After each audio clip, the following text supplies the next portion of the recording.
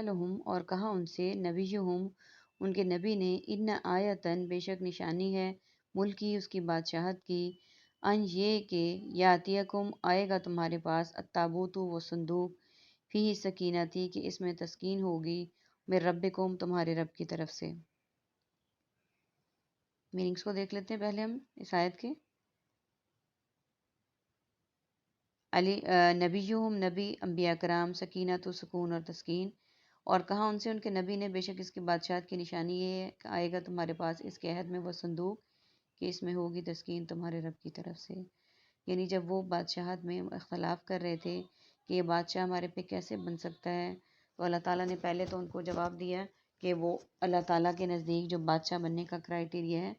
وہ دنیاوی مال و دولت نہیں ہے، بلکہ وہ علم وسیع ہونا اور جسم کا طاقتور ہونا ہے، جو کہ ہم اوپر کی آیت میں پڑھ چکے ہیں۔ اور پھر اللہ تعالیٰ نے اگلی بات یہ بتائی اور کہا ان سے ان کے نبی نے بے شک اس کی بادشاہت یعنی اس کی بادشاہت کی نشانی یہ ہے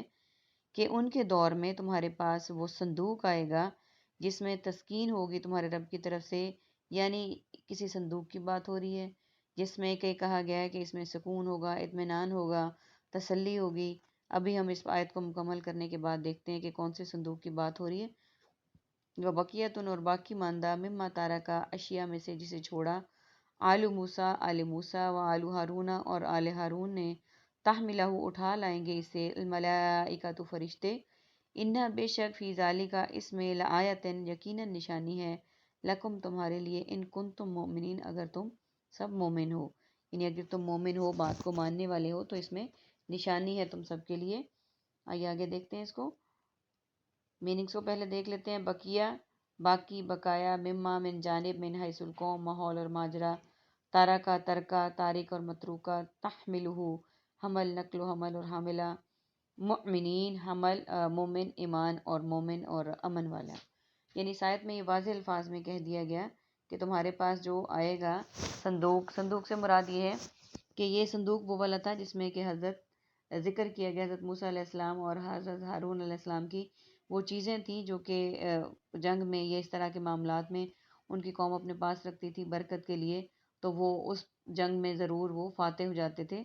پھر ان کے دشمنوں نے ان کے ساتھ جب جنگ کی تو دشمنوں نے ان سے وہ تابوت سکینہ جو ہے وہ تابوت لے لیا تھا اور ان سے چھین لیا تھا۔ تو اللہ تعالیٰ نے اس چیز کا وعدہ کیا کہ جس نبی پہ یہ شک و شبے میں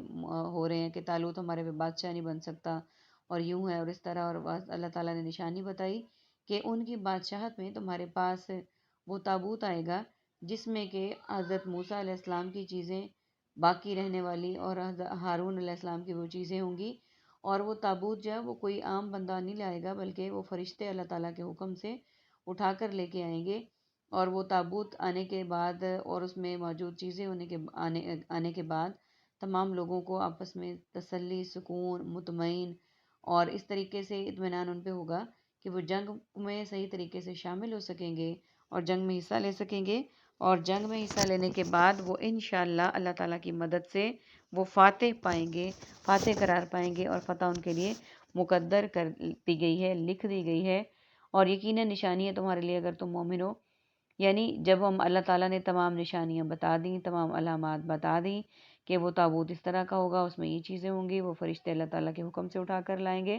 تو یقیناً نشانی ہے وہ تمہارے لیے، یعنی تم سب لوگوں کے لیے وہ نشانی ہے۔ اگر تم مومن ہو، ایمان والے ہو، تو تمہیں اس بات پر ایمان رکھنا تمہارا ضروری ہے کہ وہ اللہ تعالیٰ کی طرف سے ہوگا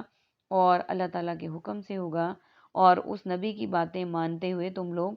ان کے مطابق، ان کے فیصلے کے مطابق جنگ کے تمام فیصلوں میں ان کو مانو گے، ان کی اتباع کرو گے، تو وہ یقیناً تمہارے لیے بہت بہترین ثابت ہوں گے اور فتح اللہ تعالیٰ کی طرف سے تمہارا مقدر قرار پائے گی۔ ہمارے لیے یہ دونوں آیات بہت زیادہ جامع اور وسیع ہیں کہ ان میں اللہ تعالیٰ نے یہ فرما دیا کہ اگر ہم کہتے ہیں کہ فلاں ہمارے پہ بادشاہ صحیح ہے، فلاں غلط ہے، اللہ تعالیٰ زیادہ بہتر جانتے ہیں، اللہ تعالیٰ زیادہ بہتر فیصلہ کرنے والے ہیں، اس کے ہر فیصلے میں ہمارے لیے حکمت پوشیدہ ہے۔ اللہ تعالیٰ سے یہ دعا کرتے ہیں کہ ہمیں عام زندگی میں اپنے فیصلوں پہ اللہ تعالیٰ ہمیں کاربند کر دے اور ہم سب اس طرح کے ہو جائیں کہ ہم اللہ تعالیٰ کے ہر فیصلے پہ راضی ہو جائیں، کیونکہ اللہ تعالیٰ ہمارے لیے بہتر نہیں بہترین مسبب الاسباب ہے، اور اللہ تعالیٰ ہمیں اپنے فیصلوں پہ کاربند رہنے کی توفیق عطا فرمائے، آمین سبحانک اللہم و بحمدک نشہد ان لا الہ الا انت نستغفرک و نتوب الیک.